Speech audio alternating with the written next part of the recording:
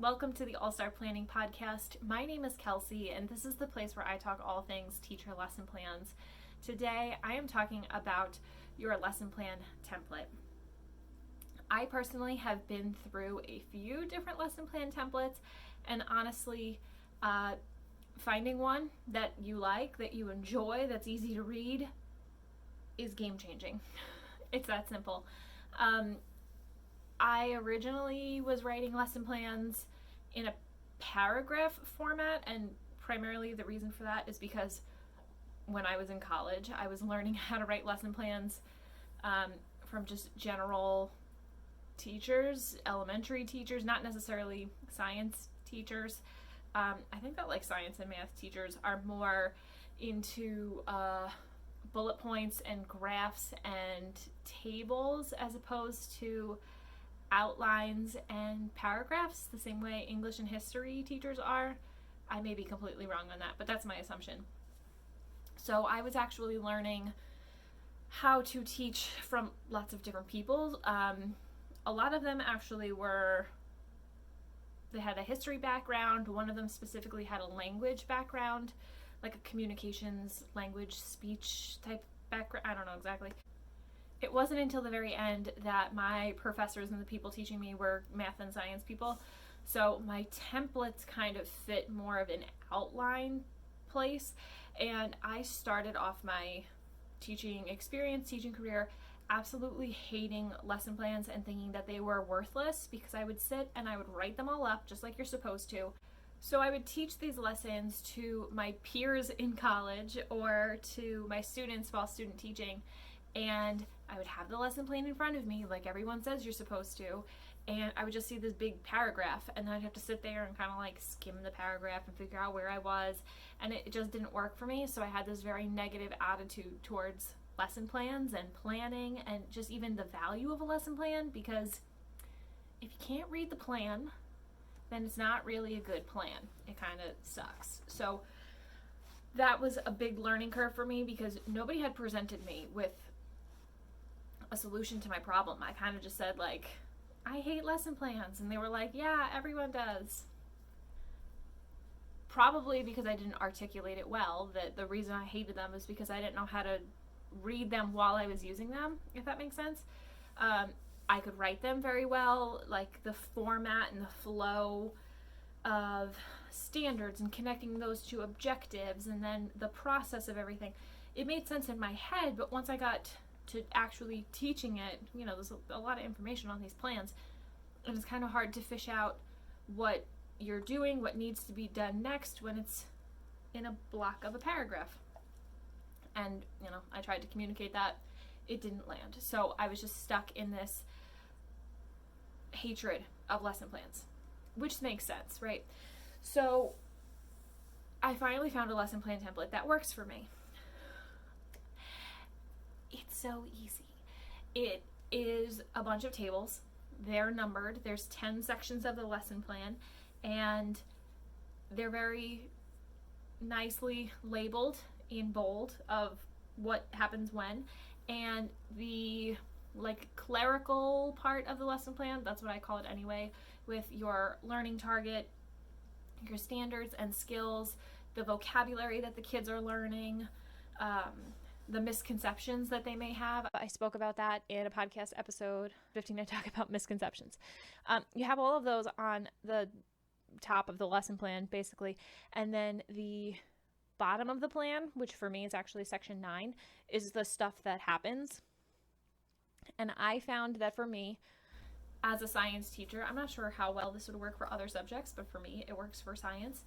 I have used the 5 E's template, which I cannot take credit for. It's just I put their stuff in a pretty template, and it outlines everything. So in my classroom, every lesson has 5 parts.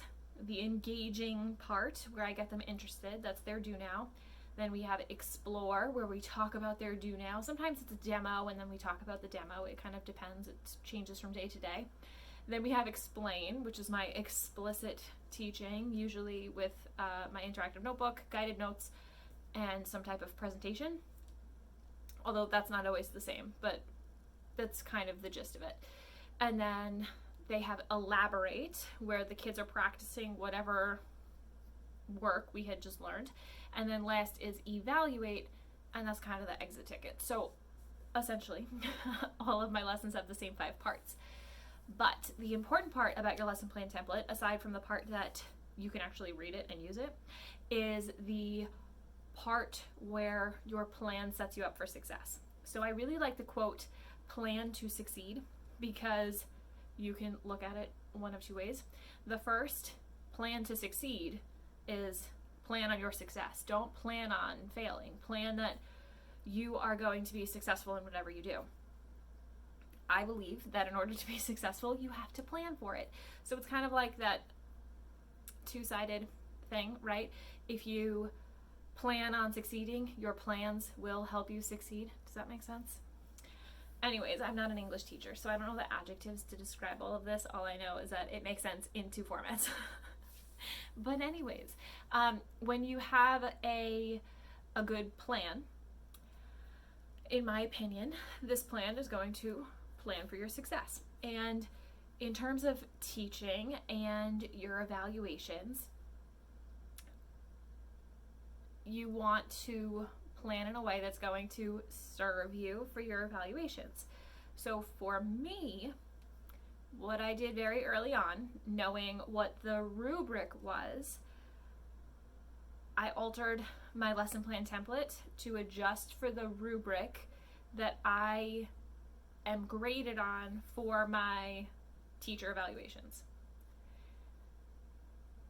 I think that's the right way to do it. I don't think that that's cheating. That's kind of silly to think that that's cheating.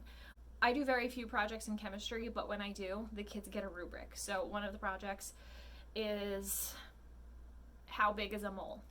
So for those of you who don't know, a mole is just a name for a number, the same way dozen is a name for 12.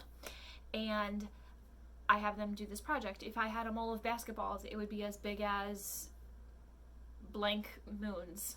If I had a mole of lipsticks and I could use one lipstick a month, how long would it take to use up all the lipsticks, right? The kids get to pick whatever they want. But when I give them this project, they have a rubric. They have to demonstrate their understanding of how big a mole is by meeting criteria X, Y, and Z. My administration does my evaluations based on a rubric, and I know what that rubric is, so I make sure that the things that they are looking for get incorporated into my lesson plan. I want to make sure that I am showcasing my best self, so in order to plan to succeed, I make sure that whatever they're looking for winds up on my lesson plan. So for instance, in my teacher evaluation rubric, they are looking for an objective. They want the objective on the board, they want the objective on the kids' notes, they want the objective read out loud. I do that all the time because I know that that's how I'm evaluated. I am evaluated on that criteria because there is data and research to show that that is best practices for teaching. So in my plan to succeed, like I want to do well on my observations, I am also creating the best version of myself as a teacher. Does that kind of make sense? So I don't know how it works across the country. I don't know how everybody's teacher evaluations go. I feel like I get like 4 a year, I think. I honestly can't keep track. Some of them are surprise observations, some of them are like appointments, some of them are just a few minutes, some of them are a whole period. I honestly don't really care that much, and I know this sounds super unprofessional, but hear me out. I know that every single lesson plan that I write would work for an observation because I use the rubric to make the lesson plan template. So my principal could just say, oh my goodness, this has never happened, but he could say this if he wanted to. Oh my goodness, all of the observations are due on Friday. I have to come see your class on Thursday. There's no ifs, ands, or buts. It's the only option. That's it. I would just say, yeah, sure, come on by. Because I know that my lesson plan template has set me up for success in any situation. Of course, there are some lessons that I think are like more flashy than others, or some that I know like, oh, I'm really good at this lesson. I want the principal to see this lesson. And then there are some that I'm like, ugh, well, I mean, I'm good at it, but it's not my A+ work. This is like my B- work. And I would prefer, obviously, for the principal to come see my A+ work and the things that I have slowly perfected over the years. Sometimes it just turns out that he sees my B+ work, and I am okay with that because a B+ is still a great grade. And I know that my principal, I'm so lucky that my principal is one who is kind and understanding and is always looking for the best in people. So because my lesson plan template really is tailored for my success, both as a teacher and as a person being observed in an evaluation, I am super comfortable with teacher observations and evaluations. I really find that I kind of even like enjoy them, as weird as that sounds. I like being able to show off my work to other people, like other adults. Like, I teach kids all day long. I mean, so do you. But the kids don't necessarily understand or appreciate all of the work and all of the expertise that gets wrapped up into a lesson. And to be able to have an adult come and say, you did a great job with X, Y, and Z, I really love that.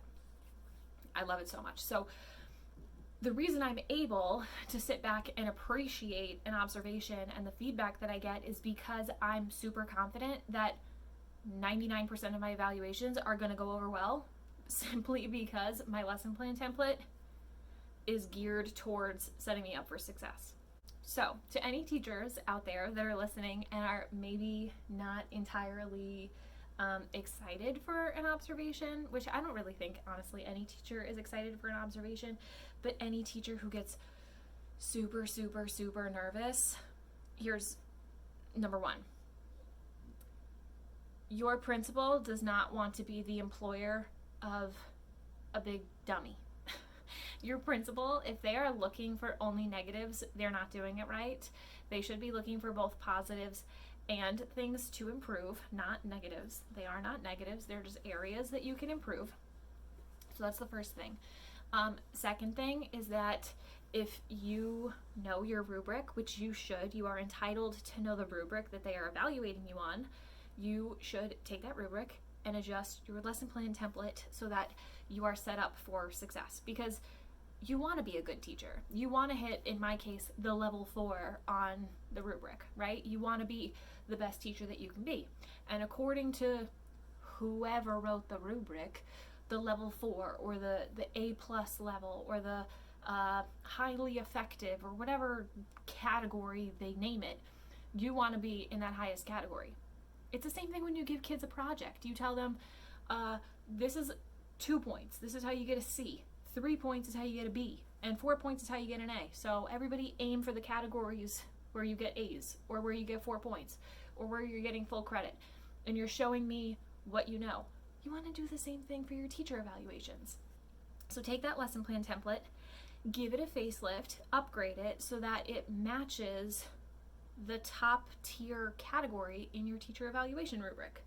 Because when that happens, anybody could pop in at any time and you know, I got this, because you're following the rubric. And the rubric is your friend, because your rubric is going to show you, I mean, the rubric isn't based on nothing. The rubric is based on a bunch of research. Apparently. I've never read it. I couldn't tell you. But the rubrics are supposed to be based in research, and they're supposed to be best practices. So you want to be doing those things anyway. So here's your reminder to use your rubric to your advantage, because when your lesson plan template sets you up for success, you will feel more comfortable, you will feel better, you will be a better teacher, a better version of yourself, and everything else will fall into place. So that is what I have for you in terms of your lesson plan template. I talk a lot about this in the All-Star Planning course, but you can get the breeze over introduction in my free masterclass. You can find it at plan.kelseyreevy.com. If you are listening to this, I have linked it in the show notes. If you are watching this on YouTube, you can find that link in the video description below this video. I actually show you in the masterclass a side-by-side of my old lesson plan template versus my new one. My new one is far better. I highly recommend you go take a look at it. Subscribe to the podcast. New episodes come out every Tuesday, both audio on your podcast platforms and video on YouTube. And that is it. I will see you next week. Bye for now.